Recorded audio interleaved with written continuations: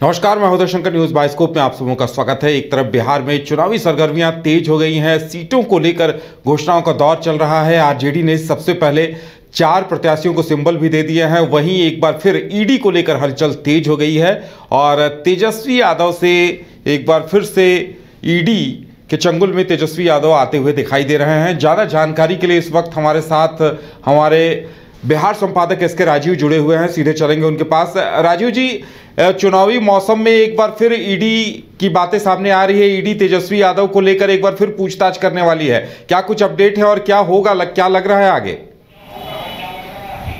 देखिए उदय जी, आपको याद होगा कि जब 29 तारीख को बिहार में नई सरकार का ओथ हो रहा था, उसके पहले से बिहार में लगातार कयासों का बाजार गर्म था। और आपको याद होगा कि 27 तारीख को हम और आप जब संवाद कर रहे थे, 27 जनवरी को मुझे याद है रात में, तो उस समय आप ही वहाँ से एंकरिंग कर रहे थे और मैं विजय चौधरी के आवास के बाहर था।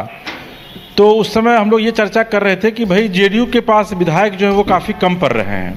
और जब विजय चौधरी के आवास पर बैठक हुई थी, जिसमें कि नीतीश कुमार भी आए थे, तो उस बैठक में लगभग 5 से 7 जो विधायक हैं वो कम थे जेडीयू के। और उसके बाद से यह चर्चा शुरू हो गई थी कि जो 29 तारीख को जो फ्लोर टेस्ट होगा, जो 12 तारीख को फ्लोर टेस्ट होगा, उस फ्लोर टेस्ट में कहीं ना कहीं से सरकार अपना बहुमत साबित नहीं कर पाएगी। और देखिए, हम लोग जो चर्चा कर रहे थे ठीक उसी की तर्ज पर जब 12 तारीख को फ्लोर टेस्ट की बात शुरू हुई तो उसमें विधायक कम थे। और भले ही जो उस समय अवध बिहारी चौधरी विधानसभा अध्यक्ष थे आरजेडी कोटे से, उनको कुर्सी छोड़नी पड़ी, लेकिन यह कहा गया कि वोटिंग कराई जाएगी। और ठीक वोटिंग से कुछ सेकंड पहले जो विजय सिन्हा अभी मंत्री हैं, वो 3-4 विधायकों को लेकर के आते हैं, आरजेडी के विधायकों को जी। और जेडीयू के लगभग 5 विधायक एब्सेंट रहते हैं, बीजेपी के 3 विधायक 4 विधायक एब्सेंट रहते हैं। तो कहीं ना कहीं से नीतीश कुमार और बीजेपी को यह पता था कि खरीद फरोख्त का खेल जो है वो खेला जा रहा है। और विधिवत आरोप भी लगाया गया था कि आरजेडी के नेताओं के द्वारा फ़ोन जा रहा है बीजेपी जेडीयू के विधायकों को। आपको याद होगा कि किस तरीके से विनोद तावरे भागकर पटना आए थे दिल्ली से, किस तरीके से डॉक्टर संजीव को नवादा से पकड़ करके जो है वो यहाँ पर लाया गया था पटना, फिर उनको विधानसभा लाया गया। तो उस समय तो ये बातें हो गई थी और उस समय बीजेपी और जेडीयू दोनों साइलेंट हो गई थी। लेकिन उसका असर अब देखने को मिल रहा है और अब ईडी को यह जिम्मेदारी दे दी गई है और ईडी जो है उस केस को टेक ओवर भी कर लिया है। हालांकि अभी तक तेजस्वी यादव, लालू प्रसाद यादव या और उसमें कौन लोग शामिल हैं, उनके नाम की चर्चा कहीं नहीं है। लेकिन ये इतना तय है कि इस पूरे खेल में आरजेडी के लोग शामिल थे।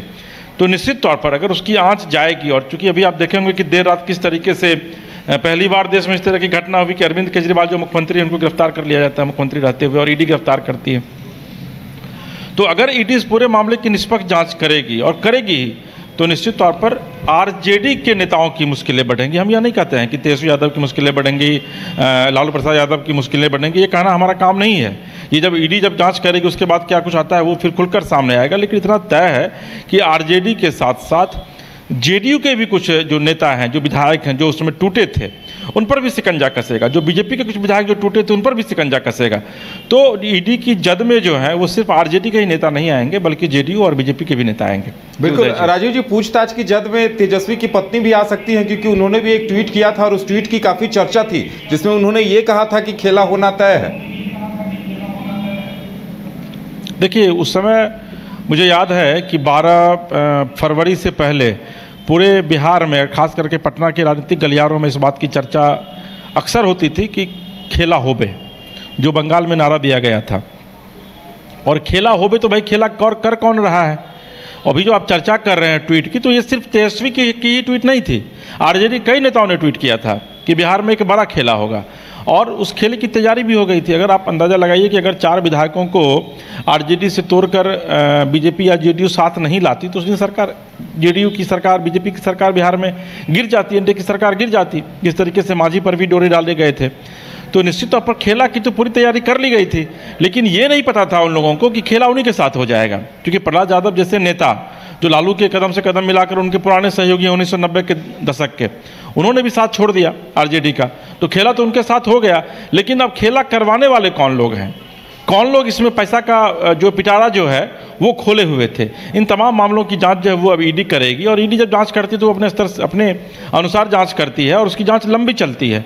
तो निश्चित तौर पर इतना तय माना जा रहा है कि जब ये जांच होगी, और तो निश्चित तौर पर इस जांच की आंच जो है वो लालू परिवार पर भी पहुंचेगी, और फिर हो सकता है कि उसके बाद लालू और तेजस्वी यादव पर भी इस पर कार्रवाई हो, अगर वो उसकी जद में आते हैं। आज बीजेपी और जेडीयू के भी जो विधायक थे जो टूट गए थे, उन पर भी कार्रवाई हो चुकी। ईडी तो जब पकड़ेगी तो वो तो प्रूफ के साथ पकड़ेगी कि भाई आपके अकाउंट में इतने पैसे आए, या फिर आप इतने पैसे लिए। जो पैसे का जो ट्रांजेक्शन था, जो पैसे का जो लेन देन था, उसकी पुष्टि करनी पड़ेगी ईडी को। और जब वो तमाम साक्ष्य जुटा लिए जाएंगे, अभी देखिए केजरीवाल के घर से 150 पन्ने का एक साक्ष्य बरामद हुआ है, अभी जो खबरें आ रही थी, और 15 दिन की न्यायिक हिरासत में उनको भेज दिया है कोर्ट ने। तो उसी तरीके से अब क्या कुछ जांच रिपोर्ट में आता है, क्या सबूत मिलते हैं, क्या दस्तावेज मिलते हैं, तो उसके बाद ही ये तय किया जाएगा। लेकिन इतना तय जरूर है कि आज का दिन जो है वो आरजेडी के लिए कम से कम अच्छा दिन नहीं माना जाएगा, क्योंकि चुनाव के वक्त में अगर ईडी को इस तरह के मामलों की जिम्मेदारी दे दी जाती है तो निश्चित तौर पर आप यह कह सकते हैं कि आरजेडी परिवार पर संकट के बादल जो हैं वो मंडरा नहीं रहे हैं, बल्कि पूरी तरीके से छा गए हैं। जी उदय जी। राजीव जी, हमारे साथ जुड़ने के लिए और तमाम जानकारी देने के लिए आपका बहुत बहुत धन्यवाद। तो ये खरीद फरोख्त मामले की जब जाँच होगी तो जाहिर तौर पर आरजेडी के साथ साथ तेजस्वी यादव की भी मुश्किलें बढ़ेंगी।